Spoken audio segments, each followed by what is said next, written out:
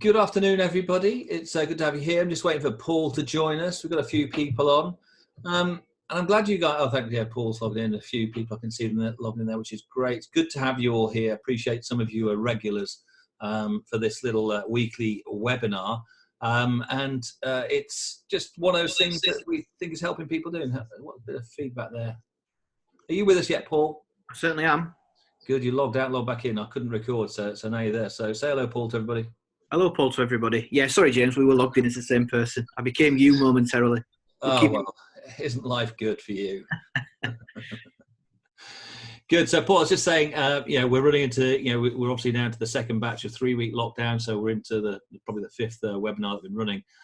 Today's one, as with last week, a lot of them around marketing and activity in terms of what we can and can't do with everybody. So, again, we just want to share some things. But I've been really, I suppose from my side, I've been really pleased with the efforts from our marketing team in terms of the work that they've been putting in to help people and give people ideas on bits and pieces. So today I want to run through their latest missive that's gone out on Monday. Originally sent from our leader there. We can see Plarman, his picture there sat in the background of that one.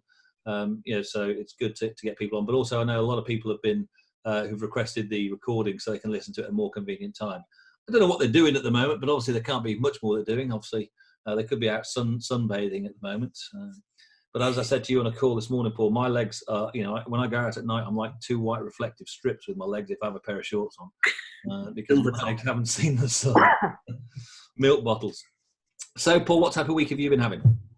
I've had a good week. I was just thinking, James, as you were saying there, it's about practicing what you preach. And whilst you're congratulating our Intros marketing team on what they've done, we're creating these webinars and we're doing things all the time, handing out free documents to subscribers of our intro, and that's what we're encouraging our customers to do, who are obviously people on this call and recruitment companies, to go out and help their clients as well.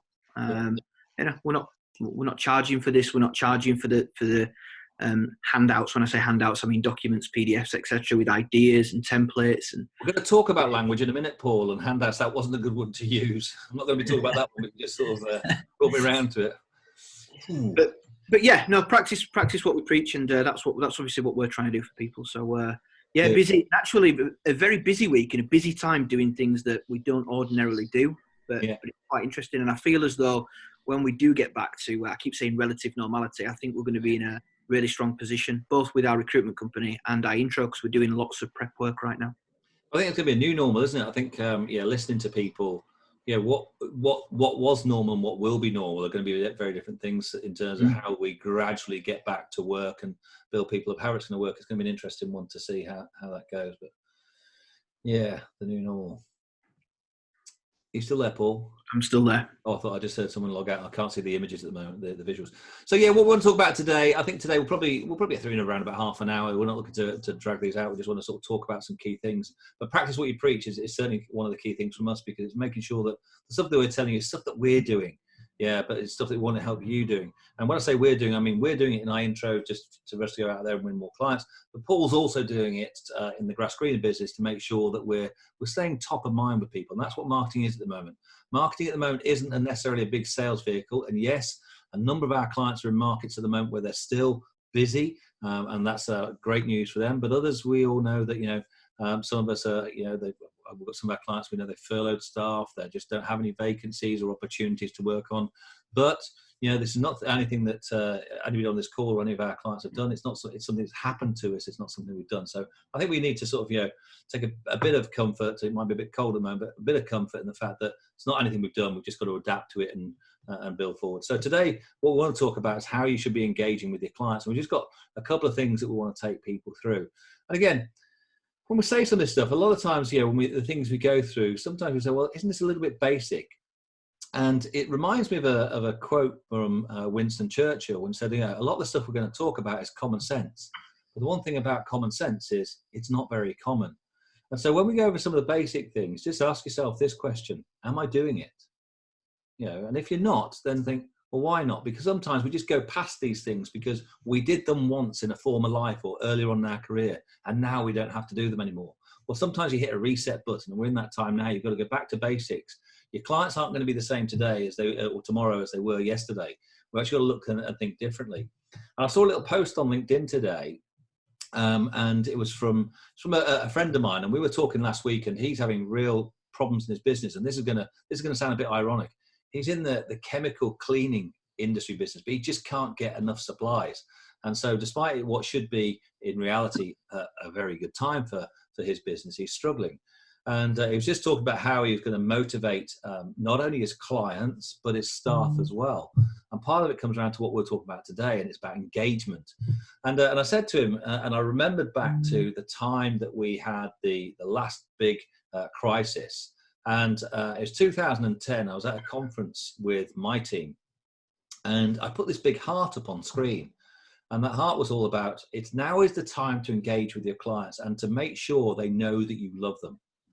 Because if they think you don't love them now, when the good times come back or when it returns to relative normality, they'll remember the fact that you weren't there. They'll remember that maybe you were just a good time Charlie, in it for the quick one, but actually not there to look after them. And that's why we need to engage with people now. And what made me smart is when I saw his post today, he had his company logo, and behind it he had a heart. So he did tell me he was going to steal that idea, and now I've seen it in practice on LinkedIn. So, but it's quite appropriate for what we're talking about today. It's all about staying in touch with the clients. So one of the things we're going to cover today, 4 areas we're really going to cover. So, why client engagement is critical at this moment in time. So, I think we've probably guessed that one. But the mistakes you need to avoid. So this is really important, because what we try to be sometimes is we try to be too over inventive. We try to come up with things that we think, oh, that sounds good. And what in the heat of the moment, and we'll share some of these with you, what can seem like a good idea all of a sudden can become a disaster. And we're not looking to have that. We're going to talk about 3 simple strategies or things that you can do right now that will hopefully help you. And we're looking to give you ideas and inspiration.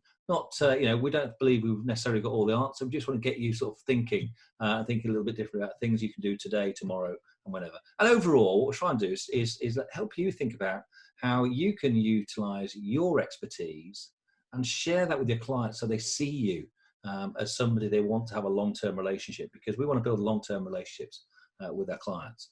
And anything to cover on that, Paul?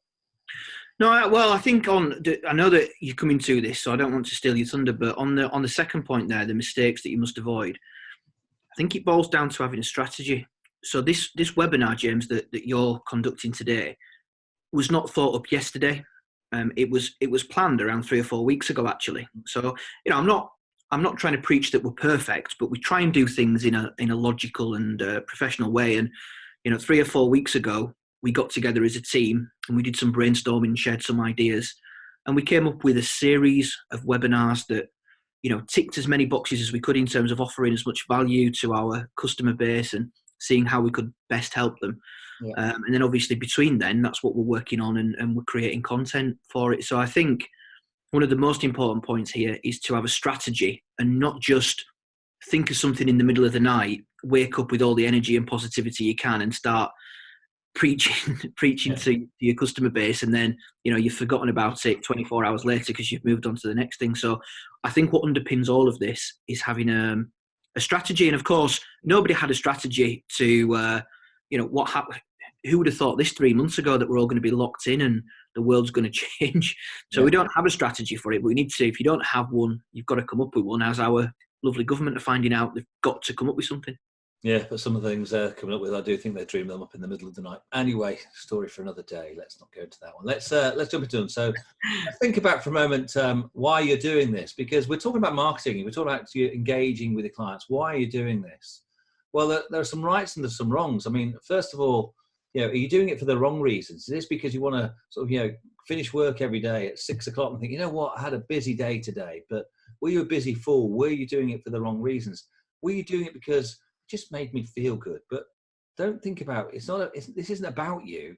Your objective might be to make sure you're active and doing things, but you've got to think about why you're doing them. Yeah.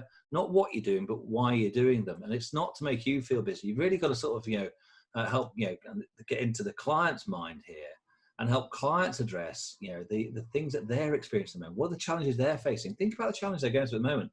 They're furloughing staff.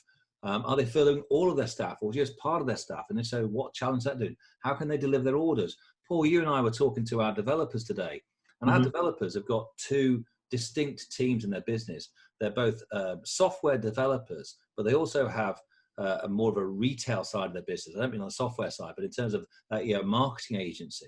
And they furloughed their marketing agency, but their developers are busy because if you think how important technology's become now, I bet we all wish we'd bought shares in Zoom 6 months ago, maybe 6 weeks ago. But so everyone's trying to sort of develop platforms to facilitate the process. So if you think about where your clients are at this moment in time, you've got to think about their problems and what are the challenges that they're facing. So we have to think carefully about their situation, because it's not about you. We've got our problems. Let's keep them to ourselves. We can talk about them ourselves, but in our marketing, we've got to be focused on our client. And I know you all know this expression, this acronym, WIIFM, but sometimes we just forget about it. The client's thinking, what's in it for me? When I get these emails, what's in it for me? I don't know where like you, but I'm getting emails from, it seems to be, I must shop at all of the supermarket chains. I'm getting letters from Tesco and Sainsbury and God knows everyone else is saying, from their chief executives writing to me to tell me what they're doing. And it's interesting when you read some of those emails, take time to read them and think about, are they positioning it from their angle or our angle? Now, I'd like to think that when you read something, they're actually positioning from your side of things, because they're trying to think how they're helping you get through these bits and pieces. So again, I think there's some clever marketeers out there, and you shouldn't be embarrassed or, don't plagiarize it and copy the text word for word, but take the ideas and the things that are being put into these emails, the things that you're seeing every day. Think, what would my client say if I said something like that? And obviously you might have to twist it and interpret it and put it around that way. But it's thinking about it from your client's perspective, not from your perspective, from their perspective. That's really important. I think in addition to that, James, as well, it's not always about recruitment. I know that we're in recruitment, but of course that's one of the things that they're not probably doing right now in most cases. Doesn't mean they can't think about it, but it's not just about going and talking to them about recruitment. It could be ideas around how to pull their team together, or some of the frustrations. I know you're going to cover that, but I thought it was important to say it's not all about you, it's about them, and it's not all about recruitment either. Yeah. And I think what we're trying to do here is think about what we're looking to create content. At the end of the day, this content, we've got to have a message that goes out, but the content has to be meaningful and relevant to your audience at this moment in time. And from that side of things, we've got to make sure that we're not trying to force ourselves into a conversation with them that isn't relevant at this time, because some of them we may have to steer clear of because they're just too busy doing other things. But we've got to think about how we can get in there. So again, always put it around yourself. So mistakes to avoid, because it's so easy, marketing faux pas. I mean, they're littered around the world, and there are probably TV programs about it. So we're just going to cover some of the key points here that, again, maybe blindingly obvious, but sometimes we can't see the wood for the trees, so to speak. So politics, it's always one of those things we talk about, because if you think about it at the moment, everything we're seeing is political. And whilst there's some convergence of some of the political thoughts, Labour supporting the Conservatives and some of their things, but then they're starting just to think, well, how can we not snipe, but we need to snipe? And if you think about this, if you're creating content that's politically biased, you're in danger of alienating part of your audience. Doesn't matter whether you're a fervent Tory or a lefty Labour. It doesn't matter what you are. It's not about right or wrongs on those side of things, because if you actually start to insert some of your content around those, you're going to alienate some of your audience. Of course, if you want to talk about some of the good things, what happens every Thursday at 8 o'clock at the moment? Bang your pans, clap your hands, let off fireworks, whatever's going on. Yeah, you can talk about that, because that's apolitical in some respects, because everybody's on the same side, but it's not about your views on those things. So make sure if you're creating content, you steer clear of politics. The opportunity. I mean, this is an interesting one, Paul. And it's just when you said handouts earlier, it made me think of the word, the opportunity. Oh, the word, and it's really difficult, because opportunity is a word we use all the time, because we're positive people, and we're in a suppose a service-led industry, so we're constantly talking about opportunities. But in our content, Paul, we've got to be really careful about how we use the word opportunity, because we've said this in previous weeks. Hey, this is a good opportunity for us to get things done and get things ready. Well, that's fine, because it's internal. But if we're going into an external message and we're talking about the opportunity, we've got to be careful we're not seen to be profiteering. We've probably all seen examples on the news now of shops who've increased prices on this and prices on that. Probably when you go around the supermarket, 6, 7, 8 weeks ago, They're all 3 for 2s and buy one get one free. There's not one in sight at the moment, is there? Now, again, how do the supermarkets cope with that one? They say, well, actually, we're limiting the amount of supply, so we're not looking to encourage people, buying lots and lots of these things because they were important, but because they were critical supply. So they're finding their way out of that. They're finding a reason to escape from it. But the opportunity, if you seem to be profiteering, it can be bad news. Yes, you'll make a ton of money at this moment in time, but people have long memories. And again, when you hear about people profiteering, you quite often find they're not here for the long term, because as soon as the market, in this case, returns, comes back, whatever phrase you want to use, you'll find that people will drop those places like a really heavy stone. So again, we've got to be careful how we use the word opportunity in any marketing that we put, because we don't want to be seen to be benefiting from the current situation in any specific way. I just saw something on one of the social media channels, James, before we jumped on, which was about boycotting Richard Branson, hence Virgin, Sir Philip Green, the guy, I forget his name, from Wetherspoons and things like that, because of some of the courses of action they've taken. So agree with it or disagree with it, it doesn't really matter. It's not great, it's not great publicity, is it?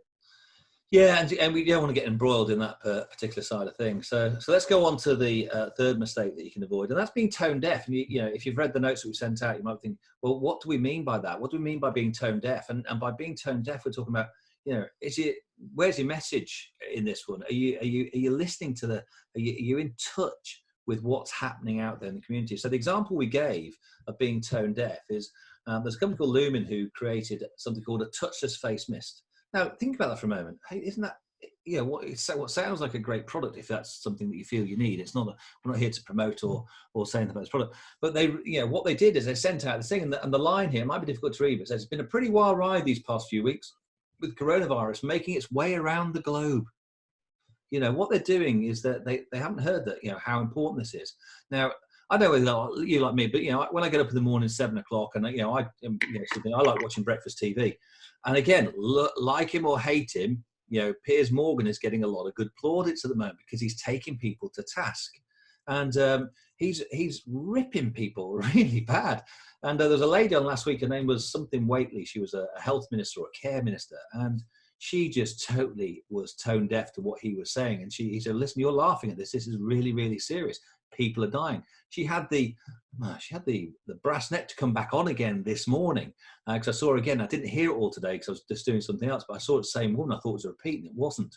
And I think he was giving her another good going over, but at least she came back a bit more. But she wasn't.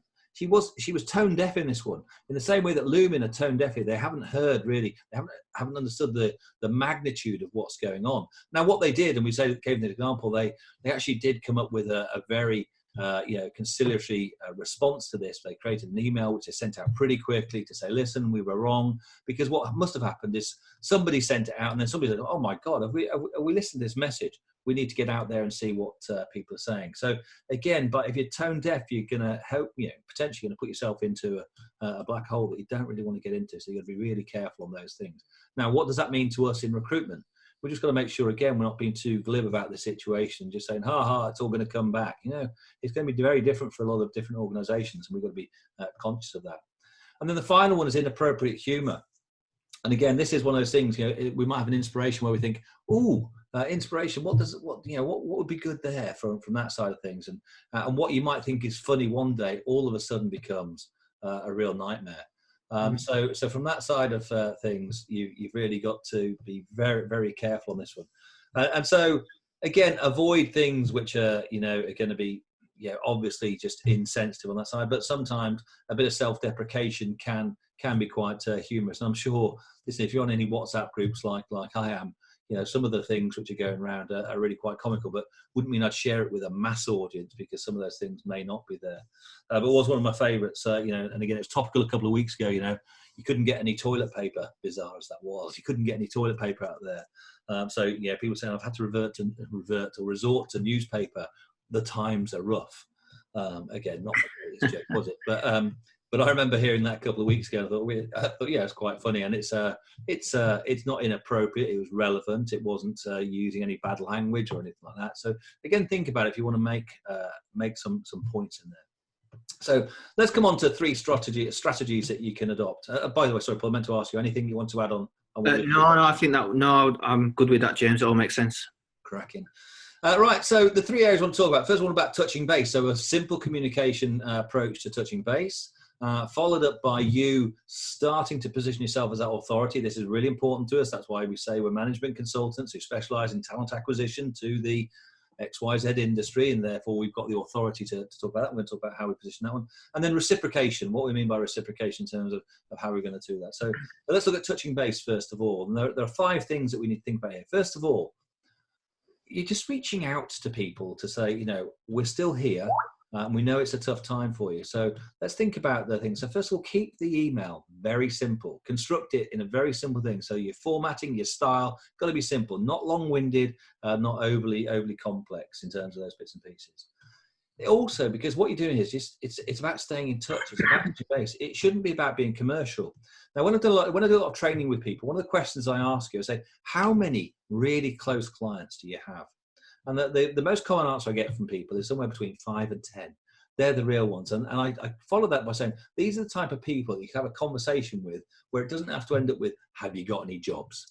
You know, that type of conversation. So this is the type of relationship we want to have with people, where we just say, listen, just want to check in with you, check everything's okay, haven't heard from you for a while, you know, et cetera, et cetera. So we're not actually ending this call with a call to action, which is, oh, have you got any jobs, and like that. That we're there to be supportive and empathetic with people, to let them know that we care. And we also want to make it personal. So again, this might not be a mass emailing system to pump out through MailChimp. It might be the fact, and listen, it might be a cut and paste, admittedly, but you might actually make sure it's coming from your email address, going direct to a colleague. And the other way of thinking about touching base sometimes is to send a text. You know, texts are very personal as well. So thinking about it in that way. Any thoughts on that, Paul? Even more personal than text, I think, is WhatsApp. I just find that really useful. I've started using that more and more and more in my recruitment activities in general. But particularly at this moment in time, it just has that more social feel to it, I think, than anything else. But yeah, I mean, you know, if you've not got a reason to call one of your clients, you know, think of one. I mean, what was the last discussion you had? Was it about them going on their summer holiday? Perhaps give them a call and say, yeah, I've just seen something about Spain on the news. Did you not have a holiday booked to Spain? What's going on? Just an icebreaker, really. But it's worth. Yeah, of course. Well, I was going to say, if you know them well as well, I mean, the personal side is, you know, it's like people, you probably had this as well. Oh, I hope you and your family are well and all that type of thing. Well, you know, I find that a bit impersonal when they don't know me or my family. And maybe that's just the way I'm thinking. But, you know, for the people I know, so the guy I was talking about earlier, his name's Mike, and his wife's called Lorraine, and his kids are called Abby and Armand. And so, you know, when I talk to them, I hope you and Lorraine are great, and the kids, Abby and Armand, and I make it more personal on that side of things. Whereas people who don't know me, and, you know, we're getting a lot of this at the moment, you know, just be careful about extending it beyond the direct contact. That's my view. It's just the way I feel about it. Sorry, Paul. Yeah, no, well, that's important as well, and non-commercial. You know, sometimes just avoid talking about not commercial as in not talking about your business and how things are, or talking about their business and how things are, but talking about your commercial activity with them. You know, you don't need to talk about what jobs they've got or how you can recruit for them. Or, you know, not on this, not when you're touching base. Well, I've got here's the example email that we provided for people. So I'll just read it out very quickly because these are quite nice, short, simple. So just say, hi, first name. It seems like everyone's fighting to keep their head above water at the moment. So of course, recruitment is probably the last thing on your mind. But as a valued client, we'll let you know that everyone here at my company is here if you need anything, even if you just want someone to call and share your frustrations with. I've been thinking of a couple of different ways that might be able to provide you with some support through this period. I'll drop you an email in a few days with the details. Rest assured this service will be absolutely free because, frankly, I want all of my clients and colleagues to come through this period safely. And this is the least we can do, kind regards. So again, we're giving you these templates to say, listen, we think we send these out. We're happy with them. You might want to adjust it. You might think that's a bit too commercial because we're talking about other things. But I've not asked for money. I've not asked for any commitment. I've not asked them to do anything. I'm just saying, watch out for another email. Hope you're safe and well. I understand. You know, so there's the empathy in there. So again, I just think a nice, simple email written in a very simple way. It's just, and this is, let's be honest about this. Yeah, we are looking to come out this in the long term to actually make sure we're all coming out the other side. We're looking to be top of mind with people. Remember what I said about the hearts, just making sure that clients know that we do still love them, despite the fact they're not giving us any business at the moment, if they're not. So just to be clear on that, James, I would say that this email is not for, say, for example, those 5 to 10 good contacts that you have where, you know, the first thing you talk about with them is cars or football or holidays or the family or whatever. You know, these people in business that have almost become friends, you know, that's not so appropriate for them. It's for the people that you have done business with.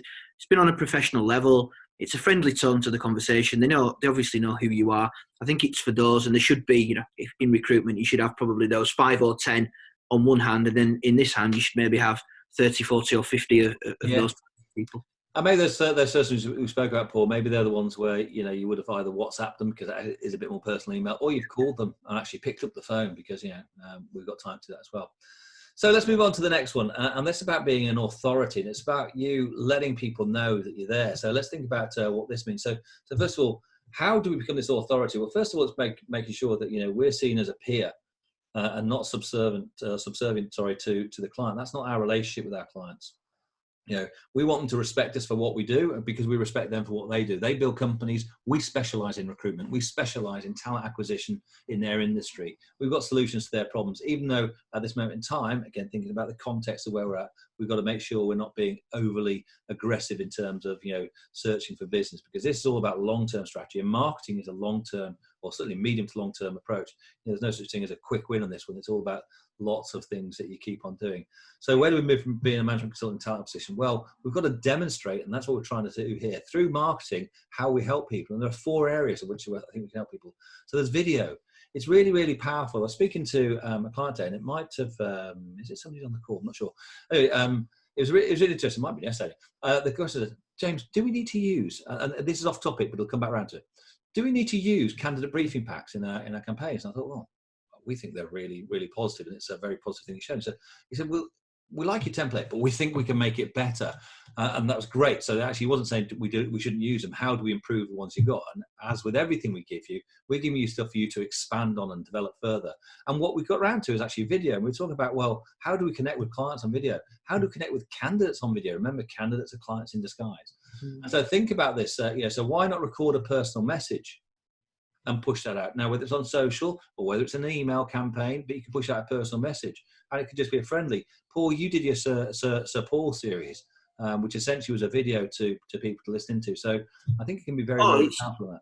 I mean, just by way of example, this wasn't in my mind actually until you've just mentioned something. But Plamen and I were on business in Thailand about 8 weeks or so ago.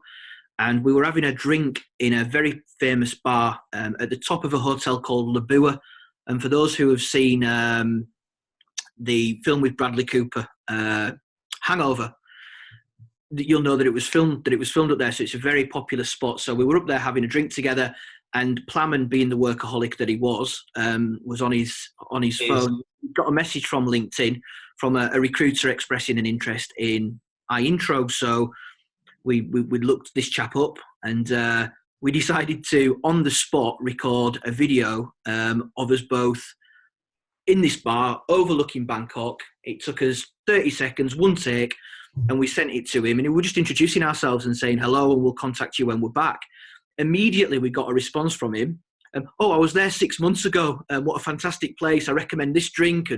And we just sort of hit it off, really. And, that's just impromptu video, and it is personal. It is different. People pay attention to it. And that's your objective, isn't it, really? Yeah, absolutely. So video is one. Obviously, just sorry, moving down. Let me come back to my presentation. I've lost my mouse. Doesn't seem to want to work. What is that on my screen? Oh well, let's set another button. No. Sorry, I've lost my control of this. It's all right. I can tell you what the next one is. Right. What is email?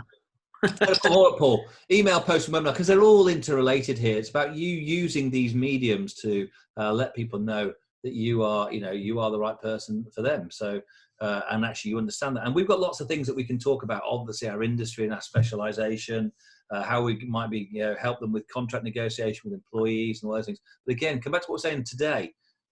Is it relevant to the things that we need to talk about? What are the things that we should be talking about? So we need to be very topical and relevant on today's message, which is the things that they can do now, which are going to help them prepare for the future. And so, candidate sourcing. Well, I'm not looking to recruit at the moment. I'm actually worried about whether my people are still going to be with me this time. Are they going to return from furlough? Am I going to be able to bring them back from furlough? When I bring them back, how can I actually make it more exciting for them? How can I understand them better? And so we've spoken about things in other times about how we can use McQuaid job surveys and word surveys and these pieces to bring it around. So again, we've got to think about areas that we can do that position us as the go-to expert, the person who they want to talk to when the time comes to be there. Anything else to add there, Paul? No, I think that's important. The good thing about things like webinars, etc., is they can be reused. Evergreens, yeah. Yeah, they are. They're evergreen. It's like these, what we're recording today. These can go into the library, into the archives, and they can be pulled out by people in the future. Yeah. Howard's smiling. And again, we've got this is a bit long email, so I'm not going to read it out. We're going to provide people, but again, this is an email where we're just actually starting to position ourselves to help people. And so we're just trying to show the client, listen, we know what we're talking about. We think we can help you. Yes, there's a call to action on this one. So we're starting, we've gone past the touching base. This is the email they're going to expect to receive from us in a couple of days' time, where we're going to talk about things. And this one we've chosen employee retention because it is a topical thing. And we're talking about the fact that we're focused on employee retention. It's one of the ways in which we measure ourselves. How do we measure good recruitment? By the length of or the longevity of the individual in the role that we've placed. So we talk about this a lot. So again, you just got to come up with a message which sort of fits in with those bits and pieces. Now, the final one is reciprocation, or the law of reciprocity. Try saying that one. That's actually quite a difficult word to say, actually, Paul. The law of reciprocity, and that's if I do something for you, you'll do something for me. Think about it when you're walking through a hotel. You open a door for someone, and then they walk to the next one, and they open the door for you because you've done something for me, so I'll do something for you. Now, in business terms, we've got to think about what that means, and our job now is to give, and it's to give, not to receive. Because what we've got to think about is why we're doing it. We're doing it because we want to build a long-term relationship with our clients and make sure that they're going to come back to us at some point in the future, and they will remember. I've already mentioned people have long memories, so from that side of things, what we're trying to do is build up a bank of goodwill, the store of goodwill, where they actually believe that we're the good guys. Yeah. Why? Because we are the good guys. But on that, James, on that first one, I won't repeat the word because I probably won't be able to. But I remember a few years ago now, maybe 3 or 4 years ago, I remember Plamen, who everybody knows, receiving an email or a call saying, "Look, can you come and see us the day after tomorrow in London?" Bearing in mind that we're in Leeds, so Plamen, being the positive guy that he is, straight onto the internet, books his train, £250. And shoots off down to London. He arrives in London. He's just on the way to their office, and he gets an email. "Oh, I'm sorry, we've double booked. Could we meet you another day?" And Plamen called me up to say that he's now got some free time, and because his train's not until 7 o'clock that evening. And I said, "Plamen, you must be absolutely furious." He said, "Not really. They owe me one now." So that's the point, and that's true, and I'm sure that he went there at some of the time and had a great meeting with them. But people do feel that if they let you down in some way, shape or form, then they owe you one. And like if you do something nice for somebody, reciprocate, they feel that they owe you one. And that does feed into nicely to point number 2, Paul, which is that store of goodwill. You're building up that store. So again, one of the things at this moment in time, it's that's what I'm saying. It's not about giving to receiving. It's about doing things and with no expectation of return. Don't expect someone's going to come back right this moment in time. It's all about how we stay in touch with these people going forward. And again, we've come up with an email here again to help you with that, so you can read it on screen. But again, here's where we're giving something away, a free consultation. Again, staying on theme with something which again, a lot of us know a good deal about. But again, we're talking about it's free. So again, it's non-threatening, it's confidential, so I'm going to share it, and we're going to build something with them. And then you just invite them to book a time with you. So again, as we've said previously, whether you're using Calendly, Acuity, Microsoft Bookings, whatever it happens to be, give them an ability to book some time in your diary and make it there so it comes through. So in terms, I said we'd be around about half an hour, not much beyond that. So what have we covered? There's a couple of things. Why are we doing it? I think, why are we doing this? We're doing this to make sure we stay top of mind and have that presence with our clients, to know that, to let them know that we're the good guys. We love them now, we love them tomorrow, and we'll still love them forever. So we'll look to build that relationship with them. We've shared with you the mistakes to avoid. So make sure you don't make it political. Make sure you don't use inappropriate humor. Make sure you're not tone deaf in terms of listening to it. And one of the other things I've just forgotten, Paul, help me out. There were 4 things. But anyway, we've shared with you some of the mistakes to avoid. Again, the 3 strategies to focus on. So, the touching base, the authority, and the reciprocity side of things. So making sure to give you some ideas of things that you can go out in little emails. Again, just to make sure that people know you're around, you're still here, and you're going to be here when things come back. So we've prepared some templates for you. These are all available in download format. If you've not already got them, please let us know. We'll happily share them with you. They're all stored safely somewhere. And again, what we now need to do is say it's time to get busy. So getting on with that. So That's pretty much it, really. If you've got any questions, it's your turn to talk through. Howard, it's great of you to have stayed with us. If you've got anything, let us know. Open your mic. I've got a question. I've just sent you a chat, Send actually. me a chat, yeah. Can you send yeah. us the email examples that you showed? Of course, yeah. We'll send you those in Word format, so you'll have those, and that's the same for everybody. We can make sure these are available on us. So now, whilst I've got you on the phone, Howard, or not phone, Howard, but whilst I've got the call, Howard, just again, Paul, one of the things we know we're going to be speaking about in weeks coming up is the next version. And one of the things we're doing in the new version is to help people out is we've developed a knowledge base. So again, where everything will be easily accessible from within the platform. And now, again, we're not there yet with that, but when we do go onto the new platform, everything's going to be stored in that knowledge base, and hopefully it'll be searchable so you can find things easily. So that's great. Paul, anything to add? No, not really. I think everything's in the. I've got the document here that our marketing team have. You have this document, Howard. Which one's that? It was called. It is called Client Engagement. No, haven't got that. Okay, well, I shall send that to you personally. I won't give Maria a task. I'll just send it to you directly after this.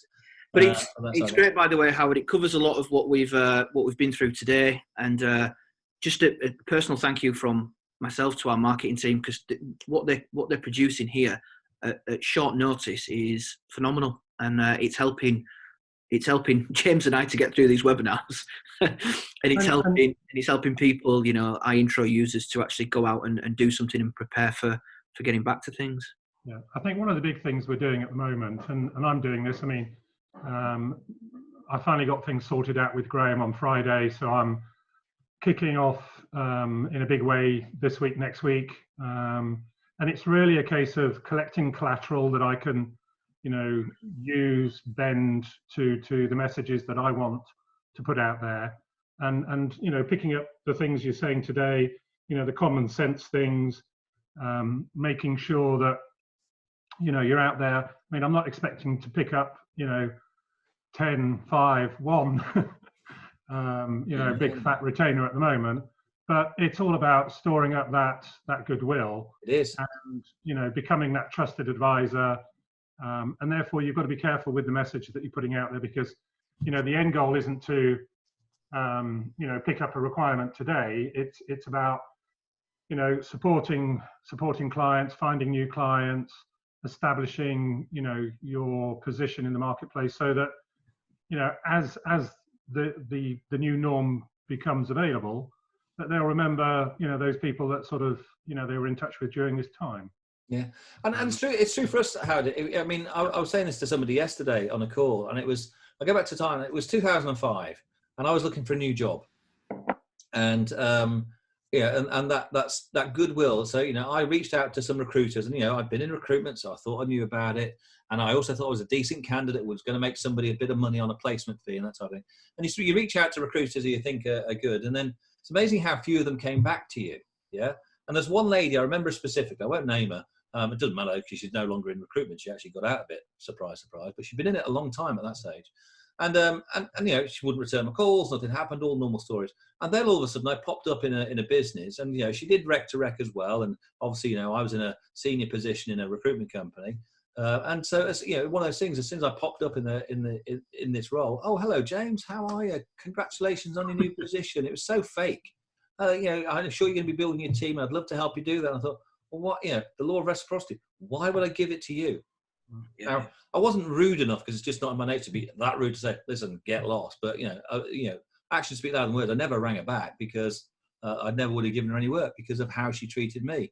And so, when people give you stuff, you actually back to them. That's the point you're making, Howard. Do things for people now. Be supportive, be there. Now, also, you used a really good phrase there, which is the trusted advisor. And it's a phrase that, it's where we're all looking to be. We're looking to be that person that they know they can come to, to help them fix the problem, but also to bounce ideas off. And Howard, I know you're good at this, because you had a career where, you've got that authority anyway that comes with it. So people do talk about how can you help me do this? Because you've seen lots of different situations. But to get to that trusted advisor status, it's a journey. It's not, you can't just turn it on. And in our reading folder, on our Dropbox folder, which you should have access to at the moment, I've put up a synopsis of a book called The Trusted Advisor, by a guy whose name escapes me. I think it's John Meister, but the name escapes me because I put up a while ago. but it's a good little read, and it's one of those executive summaries. It's not the whole book, it's just the executive summary and things for people to think about. So, becoming the trusted advisor, that's really where we're trying to be with our clients, so that they appreciate what we do. And then, all things like fees, they melt away. They just come to you because you do a fantastic job, and the money it's not relevant, but it's not the primary purpose of talking to you. So that's what you just prompted me on one thing. Obviously, in moving from TAG to WHA, I've left everything behind. Mm-hmm. So a lot of the links, things like the Dropbox, I don't have anymore. Oh, okay. Howard, I'll make sure you get all of those. Don't worry about it. Good. You should have had them, but I will make sure you get them again. And I will write that down now. Otherwise, I'll forget. As you get older, Howard, you forget things. Yeah, I'm still young, so. Yeah, look at you. Anyway, listen, it's been great to have you on, Howard. Hopefully we'll see you next week. And if we've got anything in between, Howard, where we can help you, just drop us a line, give us a shout.